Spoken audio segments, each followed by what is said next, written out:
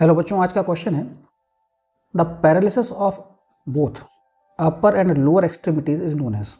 अपर और लोअर दोनों एक्सट्रीमिटीज में अगर पैरालिसिस हो जाता है तो उस कंडीशन को क्या कहते हैं।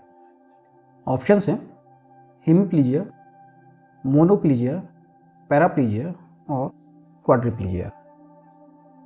तो क्वेश्चन में एक टर्म यूज हुई है पैरालिसिस, और चारों ऑप्शन में आप देखेंगे कि इनमें लास्ट में लिखा हुआ है प्लीजिया। तो यहाँ से हमको एक बात तो क्लियर हो गई कि प्लीजिया जो टर्म है वो यूज़ होती है पैरालिसिस के लिए। मीनिंग समझते हैं पैरालिसिस का। किसी बीमारी या इंजरी की वजह से अगर कोई पर्सन अपनी बॉडी का कुछ पार्ट या पूरी बॉडी मूव नहीं कर पाता है तो ये कंडीशन पैरालिसिस कहलाती है। डेफिनेशन के अकॉर्डिंग कंप्लीट और partial loss of function specially when involving the motion और sensation in a part of the body. तो डेफिनेशन के अनुसार या उसके अकॉर्डिंग अगर हम मतलब देखें तो पैरालिसिस एक ऐसी कंडीशन है जिसमें कंप्लीट या पार्शियल लॉस होता है जो भी बॉडी का फंक्शन है। जैसे कि अगर हम बात करें एक अगर नर्वस सिस्टम के हिसाब से देखा जाए, क्योंकि नर्वस सिस्टम से रिलेटेड है डिसीज़ या कंडीशन। दो टाइप के नर्व्स होते हैं, एक होती है सेंसरी पाथवे के हिसाब से अगर हम देखते हैं तो एक होता है सेंसरी, एक होती है मोटर। मोटर नर्व के थ्रू हम कोई भी एक्ट कर पाते हैं, कोई भी मूवमेंट कर पाते हैं। एक होती है सेंसरी पाथवे। सेंसरी पाथवे के थ्रू हम किसी भी चीज़ का आभास कर पाते हैं।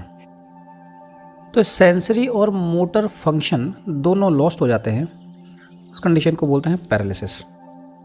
पैरालिसिस से मिलती जुलती एक और टर्म है जिसको बोलते हैं पैरासिस। इन दोनों में थोड़ा या माइनर फर्क होता है। दोनों को कंपेयर करके देख लेते हैं। लेफ्ट साइड में है पैरालिसिस, राइट साइड में है पैरासिस। पैरालिसिस में फर्स्ट पॉइंट सीवियर और complete loss of muscle function. Muscle function बहुत ज़्यादा या कंप्लीट लॉस्ट हो जाता है। पैरासिस में क्या है, मसल फंक्शन पार्शियल, थोड़ा सा लॉस हुआ है, थोड़ा भी बाकी है, कंप्लीट लॉस नहीं हुआ है। सेकंड पॉइंट में क्या है, loss of sensation and reflex. Sensory और रिफ्लेक्स दोनों चला गया है कंप्लीटली। पैरासिस में क्या है, मसल स्ट्रेंथ और कंट्रोल बस अफेक्ट हो रहा है। जैसे कि अगर अपन बात करें कि कोई पैरासिस वाली कंडीशन है, उसको बोल रहे हैं कि ग्लास को उठाइए, पानी का गिलास है, तो वो उसकी उस पर ग्रिप नहीं बनेगी। जितना स्ट्रेंथ के साथ वो पहले पकड़ सकता था, ग्रिप कर सकता था, उतनी ग्रिप अब नहीं हो पाएगी, मसल स्ट्रेंथ कम हो जाती है। पैरालिसिस में है inability to move the affected part या मसल। जो अफेक्टेड मसल है उसको मूव ही नहीं कर पा रहे हैं बिल्कुल भी। पैरालिसिस में मसल वीकनेस है और मूव करने में थोड़ा सा डिफ़िकल्टी फील होगी पेशेंट को। पैरालिसिस में भी परमानेंट कंडीशन हो सकती है, और पैरालिसिस ये रिवर्सेबल है। अगर प्रॉपर ट्रीटमेंट किया जाए तो पेशेंट को ठीक पहले जैसा रिहेबिलिटेशन के थ्रू पहले जैसा किया जा सकता है, जिसमें पेशेंट को मेडिसिन या जो फिजियोथेरेपी है उसके थ्रू हम पेशेंट को ट्रीट कर सकते हैं, पहले जैसा कर सकते हैं। अब बात करते हैं इटियोलॉजी या कारण की या रिस्क फैक्टर की कि ये क्यों होता है या क्यों हो सकता है। पैरालिसिस क्यों होता है या क्यों हो सकता है। हमारी बॉडी सेंट्रल नर्वस सिस्टम के थ्रू ऑपरेट होती है, चलती है, या हमको जो भी फील हो रहा है। सेंट्रल नर्वस सिस्टम में आता है ब्रेन और स्पाइनल कॉर्ड। ब्रेन और स्पाइनल कॉर्ड में किसी भी प्रकार की इंजरी या इलनेस की वजह से पैरालिसिस टाइप कंडीशन हो सकती हैं। सबसे कॉमन है ब्रेन इंजरी, ब्रेन में कोई ट्रॉमा या चोट लगी है उसकी वजह से। सेकंड जो मोस्ट कॉमन है एटियोलॉजी, वो है सेरेब्रोवैस्कुलर अरेस्ट या एक्सीडेंट। इसको स्ट्रोक के नाम से भी जानते हैं। हाई ब्लड प्रेशर, अगर हाइपरटेंशन किसी को बना हुआ है, एक्चुअली हाइपरटेंशन को साइलेंट किलर बोलते हैं।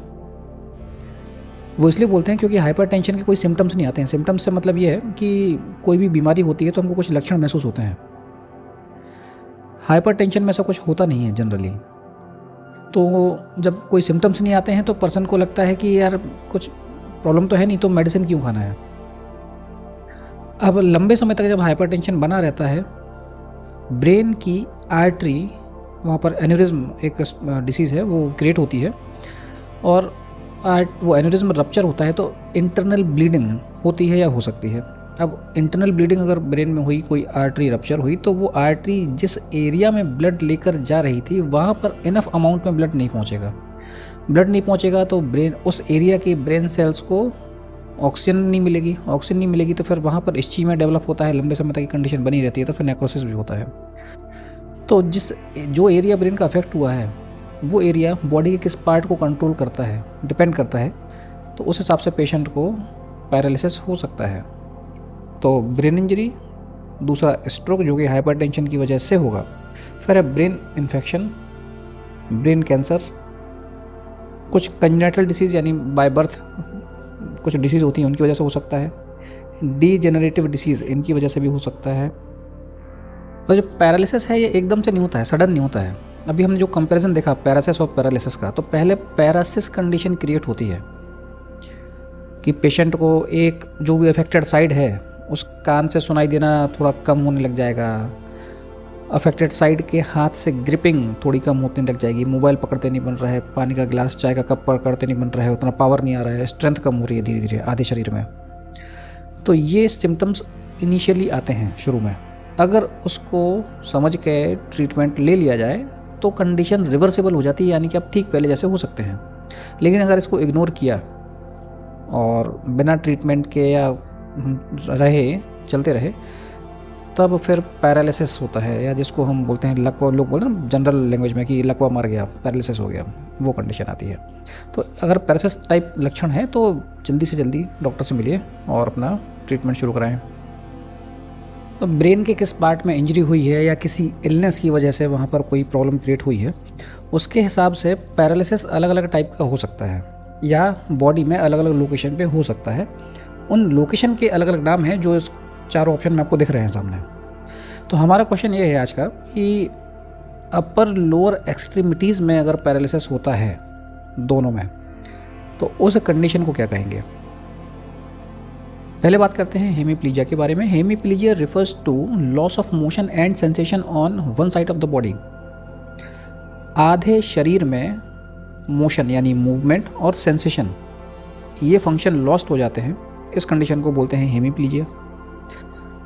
अब इसमें ध्यान रखने वाली बात यह है कि हमारा जो ब्रेन है ये क्रॉस में कनेक्शन रहता है, समझ लीजिए। राइट साइड का ब्रेन लेफ्ट साइड की बॉडी को, लेफ्ट साइड का ब्रेन राइट साइड की बॉडी को कंट्रोल करके रखता है। तो अगर स्ट्रोक या डैमेज हुआ है लेफ्ट साइड के ब्रेन में तो राइट साइड की बॉडी इफेक्ट होगी, राइट साइड हेमीप्लीजिया पेशेंट को होगा। ठीक वैसे ही अगर राइट ब्रेन अफेक्टेड है, वहाँ पर अगर स्ट्रोक हुआ है तो लेफ्ट साइड की बॉडी इफेक्ट होगी। तो अगर हम हेमीप्लीजिया वर्सेस हेमीपैरासिस की बात करें, पैरासिस मतलब हमने समझा था कि कंप्लीट लॉस नहीं हुआ है, थोड़ा सा फंक्शन अफेक्ट हुआ है, और पैरालिसिस में देखा था कि कंप्लीट लॉस्ट हो गया है। तो अगर आधे शरीर में कमजोरी बनी रह रही है तो हम उसको बोलेंगे हेमीपैरासिस। आपका सेंसरी और मोटर अफेक्ट हुआ है थोड़ा या पार्शली, तो हेमीपैरासिस है। कंप्लीट अफेक्ट हो गया है यानी complete loss of sensation and motion हुआ है तो हम बोलेंगे हेमीप्लीजिया। हेमीपैरासिस इनिशियल कंडीशन है, यानी पेशेंट को पहले हेमीपैरासिस होगा, उसके सिम्टम्स आएंगे। ट्रीट नहीं करने पर फिर वो प्रोग्रेस करके हेमीप्लीजिया यानी पेशेंट को कंप्लीट लॉस हो जाएगा, पैरालिसिस हो जाएगा। नेक्स्ट ऑप्शन है मोनोप्लीजिया। बॉडी में कोई एक लिम्ब अगर अफेक्ट होती है तो उस कंडीशन को हम बोलते हैं, या बॉडी में किसी एक लिम्ब में पैरालिसिस होता है तो उस कंडीशन को हम बोलते हैं मोनोप्लीजिया। मोनो जो टर्म है वो यूज़ होती है सिंगल के लिए। तो कोई एक लोअर एक्सट्रीमिटी, कोई एक अपर एक्सट्रीमिटी अफेक्टेड है तो उस कंडीशन को बोलेंगे मोनोप्लीजिया। नेक्स्ट ऑप्शन है पैराप्लीजिया। पैराप्लीजिया मीन्स कि लोअर लिम्स या lower half of the body affect होती है अगर उसमें पैरालिसिस होता है। आधा शरीर नीचे वाला अगर अफेक्ट होता है, उसमें पैरालिसिस होता है, तब उस कंडीशन को हम बोलते हैं पैराप्लीजिया। अब बात करते हैं हमारे आज के क्वेश्चन के राइट आंसर की। क्वेश्चन है कि both upper and lower extremities में अगर पैरालिसिस होता है तो उस कंडीशन को क्या कहते हैं। तो उसका राइट आंसर है क्वाड्रीप्लीजिया। क्वाड्री जो टर्म है वो यूज़ होती है 4 के लिए। मोनो मतलब एक, बाई मतलब 2, ट्राई मीन 3, क्वाड्री मतलब 4। तो अगर चारों लिम्ब में पैरालिसिस होता है तो उस कंडीशन को बोलते हैं क्वाड्रीप्लीजिया, यानी कि नेक, गले के नीचे का पूरा भाग अगर पैरालाइज्ड है तो वो कंडीशन कहलाएगी क्वाड्रीप्लीजिया।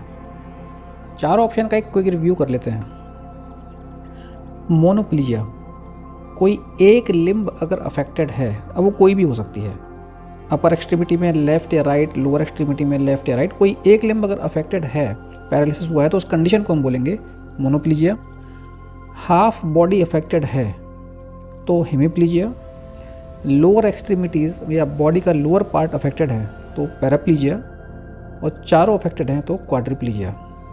तो जब भी पेशेंट को इस डिसीज़ के बारे में हेल्थ एजुकेशन आप दें तो ध्यान रखें, पहले पैरालिसिस होगा, उसके बाद पैरालिसिस होगा।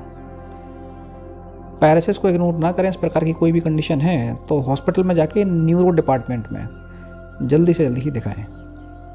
Thank you.